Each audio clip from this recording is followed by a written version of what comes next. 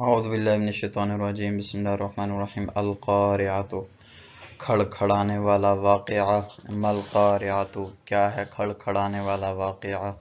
وما ادراک آپ کو کچھ پتہ بھی ہے ملقارعۃ کیا ہے کھڑکھڑانے والا واقعہ مراد قیامت ہے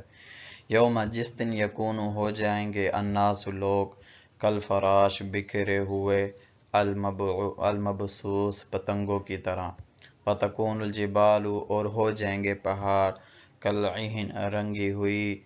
المنفوش دھنکی ہوئی روئی کی طرح فَأَمَّا مَنْ ثَقُلَتْ بہرحال وہ لوگ ثقولت بھاری ہو گئی موازینہ ان کی ترازویں فَهُوَ پس وہ فی عیشۃ